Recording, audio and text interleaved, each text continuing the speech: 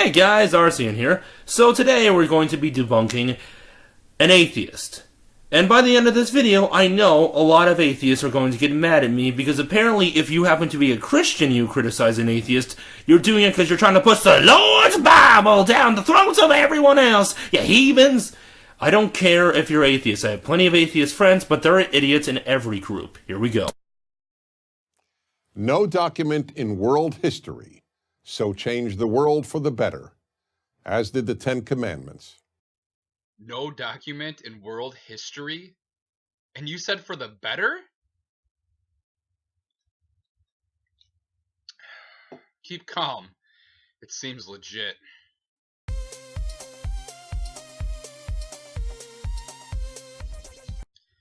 Hey everybody, I'm Brendan, the Prototype Atheist, and this is Dennis Prager of the Prager University, and he seems to think that the Ten Commandments are more important than the Code of Hammurabi, which preceded the Ten Commandments. And if you actually take the time to read the Code of Hammurabi, there's only about 3 passages that are actually really relevant to modern society. One of them is about slavery, but it doesn't really say that you can't own a slave, which is still wrong. It just says that you can't enslave a free person. But that doesn't mean if someone wasn't already in slavery, it's free. In fact, the only one that is universally usable today is the one about saying that you cannot take someone's word without any proof. That's it. That's really all there is. Or the Rosetta Stone. The Rosetta Stone is extremely important in the context of being used to decipher old languages from ancient and now dead civilizations. The Rosetta Stone has 3 different languages on it. However, this video is talking about the morals that the Ten Commandments spread. When it comes to deciphering, that's not the same thing. Or the Declaration of Independence, or the Magna Carta, or the... Oh boy, newsflash, buddy? Okay, have you ever read the Declaration of Independence? Because in the final draft, it says that all men are created equal, and it references that God is the one who makes them equal pretty clearly, so you might want to read that again. Also, the Magna Carta was just a British document that said the king has to rule by law. That's really it. U.S. Constitution. Yeah, he thinks that it's the most important document in world history. Well, let's see where else he's going with this. Western civilization, the civilization that developed universal human rights, created women's equality, ended slavery, created parliamentary democracy, among other unique achievements, would not have developed without them. Well, that's quite a bold assertion, considering that the Ten Commandments says nothing about democracy, women's rights, or slavery. True, that's definitely true, as long as you're talking about the literal translation of the Ten Commandments and taking it as literal as possible. However, if you actually watch Dennis Prager's video, he does a pretty good job of talking about the original Hebrew Ten Commandments and how they actually do mean this in their context. But here's the thing, if any of you guys watching this right now ever have subscribed to this guy, just realize this guy is actually critiquing Dennis Prager's introduction to the Ten Commandments video. Dennis Prager also made one other video for every single commandment after the introduction video. He has not even made another video about Dennis Prager's Ten Commandments. This is literally it. So I'm going to leave a link in the description below to all those videos so you can see for yourself. And considering the fact that the Old Testament is actually very misogynistic and actually condones slavery and tells you how to properly beat your slave. Now, I'm not going to say that it's not misogynistic what's said in the Old Testament, because I really don't know. It's a very, very big book. But, honestly, any claim without evidence can be dismissed without evidence, so, buddy, citation needed, okay? You literally left no citations in here. Also, buddy, when you're trying to debunk someone and make a point about why they're wrong, you can't just criticize what they actually do say, literally. You also have to criticize the point behind what they're trying to say. And so here's a little clip from those other videos you refuse to do about Dennis Prager. Many people who revere the Ten Commandments don't think that the 4th is particularly important, let alone binding. Once you understand it, however, you will recognize how life-changing, even world-changing, the Sabbath commandment is, and you will begin to appreciate how relevant it is to your own life. The fourth commandment reads, "Remember the Sabbath day to keep it holy. 6 days you shall labor and do all your work, but the seventh day is a Sabbath to the Lord your God. On it you shall not do any work, neither you, nor your son or daughter, nor your male or female servant, nor your animals, nor any foreigner residing in your towns." Second, more than any other commandment, the Sabbath day reminds people that they are meant to be free. As the second version of the commandment, the one summarized by Moses in the book of Deuteronomy, states, "Remember that you were slaves in Egypt." In other words, remember that slaves cannot have a Sabbath. In light of this, I might add that in the biblical view, unless necessary for survival, people who choose to work 7 days a week are essentially slaves. Slaves to work, or perhaps to money, but slaves nonetheless. The millionaire who works 7 days a week is simply a rich slave. Third, while the Bible could not universally abolish slavery, the Sabbath commandment greatly humanized that terrible institution and even helped make slavery impossible. By definition, a slave owner was under no obligation to allow a slave to ever rest, let alone to rest 1 day every week. Yet that is exactly what the fourth commandment commanded. Even a slave has fundamental human rights. Now that you have seen that little clip of Dennis Prager's actual argument from one of the videos that this idiot refuses to debunk or even talk about, you understand why this guy needs to be a little bit more correct about what he says. You have to correctly address someone's argument, otherwise it's invalid. I have many atheist friends who don't do that crap. You know, when Americans in the South were defending their right to own slaves, they were appealing to the Bible in order to do so. This is just unbelievable that you think that the Ten Commandments were responsible for freeing slaves and for the liberation of women. Dude, it's a huge book. It's a very, very unbelievably big book. Have you ever even opened the Bible? Look, I know you're an atheist, and I'm not saying you have to read the Bible, to believe in it. But if you're going to make an argument against it, please read it for context. It's huge. Of course, there's always going to be someone out there who finds a way of using a long book like that and twisting it to their own twisted ideas, okay? But seriously, that's not what Dennis Prager's even talking about. So, dude, really? As you will see when each of the 10 commandments is explained, these commandments are as relevant today as when they were given over 3,000 years ago. Considering the fact that the first 3 commandments relate to worshiping and respecting a Bronze Age war god, I highly doubt they're just as relevant today as they were back then. Then maybe you should have watched his other videos explaining why. In fact, they're so relevant that the 10 commandments are all that is necessary to make a good world, a world free of tyranny and cruelty. Imagine for a moment a world in which there was no murder or theft. In such a world, there would be no need for armies or police or weapons. Men and women and children could walk anywhere at any time of day or night without any fear of being killed or robbed. Wait, we wouldn't need any police if there was no murder or theft? Because those are the only laws that we need? Don't steal and don't murder? It would be perfectly okay to rape? If any of you guys watch any of the videos I have linked in the description below, you'll notice that Dennis Prager does go out on a bit of a limb, but does explain that the view of theft can go more than just simply robbing someone of their balance.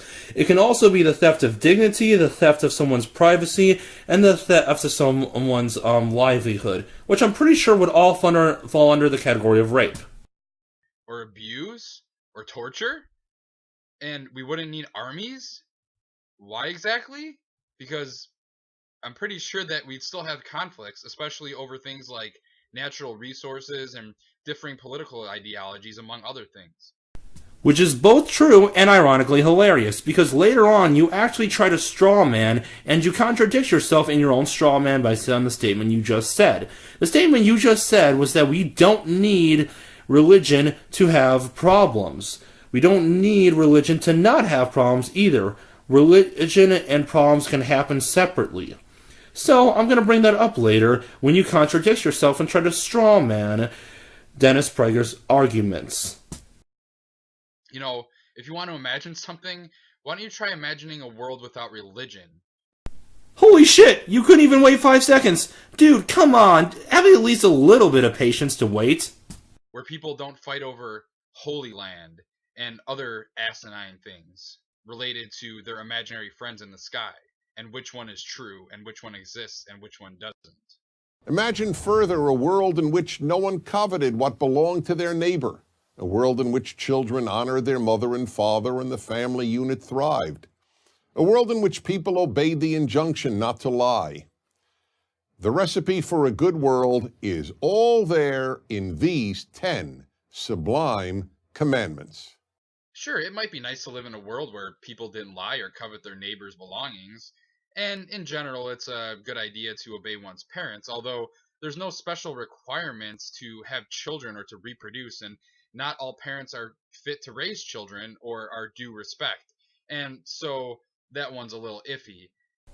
Just to be fair, I'm going to take the time to say thank you for calming down and acknowledging the validity of the opposing views arguments. I'm not saying that you have to now say that the other side is right. However, what I will say is that it's good to have these little caveats and have nuance, so thank you. But that being said, didn't you just say that these 10 commandments are what we need, yet you are stopping at listing 5? He's trying to use these as examples because he's using this as an intro. You know what? I'm just gonna let this one go. Okay, it's just not worth it. Okay, and by the way, for all you atheists out there, let's not have this war. Let's just not do this. What happened to the other 5? So why is God indispensable to the 10 commandments? Because, to put it as directly as possible, if it isn't God who declares murder wrong, murder isn't wrong. And here's just more of the usual, you can't be moral without God claptrap that Christians often trot out. Alright guys, I know I'm really nitpicking here, but dude, for Christ's sake, Dennis Prager is Jewish. And no, I don't need to believe in a Bronze Age malevolent war god who condoned all sorts of atrocities in the Old Testament in order to know that murder is wrong. How do I know that murder is wrong? Because I have empathy. Because I don't want to be murdered. So I don't want to do that to someone else. I value my life, therefore I understand that others value their life, and I don't want to take that away from them. That is wrong. This is actually an argument that I wish more atheists would cite because this actually does make quite a bit of sense. And you're right, almost. Because with or without belief in a god, all morality is subjective. There is no objective morality. It simply doesn't exist, by definition. Even if you're claiming to appeal to a god, you're interpreting ancient scriptures and you're interpreting your belief in that god in order to arrive at your morality. So you're basically saying that just because God commands something, therefore it's moral. But you don't have any justification for that, other than presupposing that this God is always just no matter what he decrees. Alright, I really hate to be an asshole here, but I guess I'm going to have to be. I understand what you're trying to say. You're trying to say that morality is subjective, and I guess an argument could be made to say that it is. However, the people who read the Old Testament and read the Bible believe that God is real. They also believe that whatever he says is law. Therefore, if you want people in your faith to behave, you should say that this God that you do believe is completely just is saying so. In addition to this, this is why the 10 Commandments exist in the Bible. Because for everyone who does believe in Jesus or God or whatever you have you, these are the rules that they want you to obey. That's the reason why you have them. And you know, some people don't think that murdering is wrong. And you know what they call those people? Sociopaths or psychopaths. They have something wrong with their brain that affects their empathy and their ability to understand why things are right or wrong. But For the most part, the overwhelming majority of human beings are capable of understanding why such things are wrong, with or without a belief in God. Another problem with the view that you don't need God to believe that murder is wrong is a lot of people haven't shared your view. And you don't have to go back very far in history to prove this. In the 20th century, millions of people in communist societies and under Nazism killed about 100 million people. And that doesn't count a single soldier killed in war. And of course, you're going to appeal to the old canards of communist regimes in Nazi Germany to infer that atheism leads to genocide and immorality. And this is where he asks his boss if he can go home, take off the weekend so he can begin building his straw man. Well, dude, that's not what he was trying to say. He's not trying to say that atheism causes immorality. What he was trying to say is, as you said, You know, if you want to imagine something, why don't you try imagining a world without religion, where people don't fight over Holy Land and other asinine things related to their imaginary friends in the sky, and which one is true, and which one exists, and which one doesn't. Dennis Prager's actual argument is that this idea that a world without religion would be a better place, as proposed by certain atheists like yourself, is idiotic. Because guess what? If you take religion out of the world, there's still just as much cruelty. People fight over all sorts of things, okay? And those examples he gave earlier are perfect examples.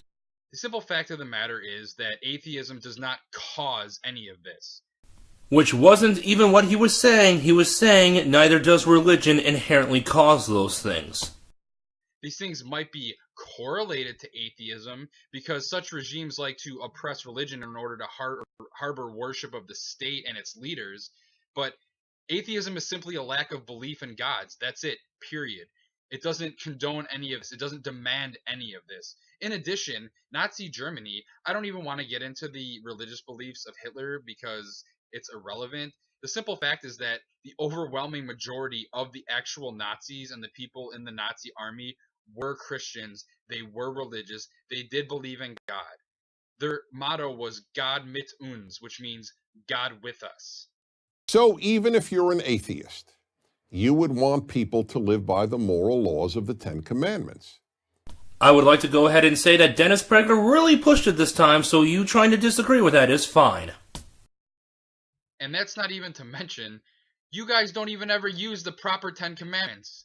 Go ahead and reference Exodus 34 in the Bible, where is the only place it actually says the Ten Commandments. And it gives you commands to do random things like celebrate various feasts and to donate your first livestock and your first fruits to the Lord in a sacrifice.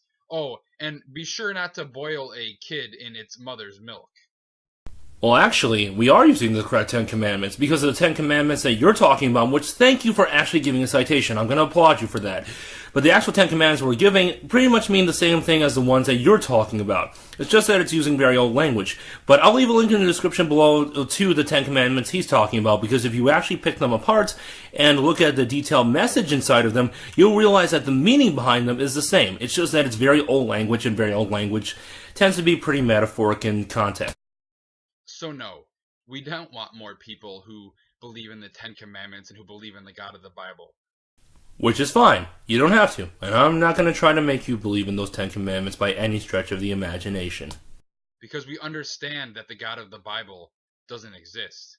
We understand that the Ten Commandments are not relevant today as they were 3,000 years ago. Whoa, whoa, whoa, whoa, whoa, whoa, whoa, whoa, whoa there, buddy. Okay, I get it. I know what you're trying to say. You mean atheists don't believe in God. Not you don't understand, because understand would imply that it's a fact.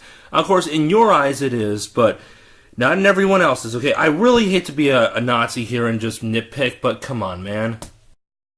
In 3,000 years, no one has ever come up with a better system than the God-based Ten Commandments for making a better world, and no one ever will. And that's just a load of bullshit. Because like I mentioned earlier, 3 of the 10 Commandments deal with worshiping and respecting a God, and yet there's no mention of don't rape or don't own other people as property. I feel that something like the United States Constitution and our continued efforts striving towards equality for all people is far more superior than the 10 Commandments. And you know what? That's a perfectly fine position to have. I'm not going to demean you for that. Here's the thing, guys. I'm obviously not an actual angel. I have human friends, and many of those friends are actually atheists. And I like them because they're objective and they're clear about what they say. I'm a devout Catholic. But I agree with a lot of what my atheist friends have to say. Here's the thing, guys. Atheists and Christians have never been really at war, per se. It's usually evangelical Christians and really, really pissed off and annoyed atheists have been kind of in a shouting match. But ever since feminism came onto the spot and that's given us something to both say that's stupid and doesn't make any sense, we've kind of gotten along more. I don't want to go back to a shouting match, guys. I like a lot of atheists. Armored Skeptic, I'm Doom, you guys are my men. You know, Christians like Dennis Prager just love to point to Christianity as the cause for Western civilization. Come on. Come on, man. Do your research. Come on. When in reality, it's just more of a correlation. Just because some people 3,000 years ago had some decent ideas, that doesn't mean that they were decreed by the creator of the universe. In fact, when the founding fathers of the United States crafted the Constitution, they drew inspiration from many ancient and contemporary philosophers, and they rejected traditional dogma and religion. So they weren't just basing the Constitution on the Ten Commandments or on Christianity. And yet they came up with a better document than the Ten Commandments itself. Although it wasn't perfect, as is evidenced by the fact that it's been amended many times, and we're still striving towards equality for all Americans, and all without appealing to any god. Thanks for watching, everybody. Please like this video if you enjoyed it, and subscribe to my channel if you haven't done so already. There's nothing wrong with self-promotion, but that's all the rest of his video is, so I'm just going to end it here. So thanks for watching, and I'll see you next time.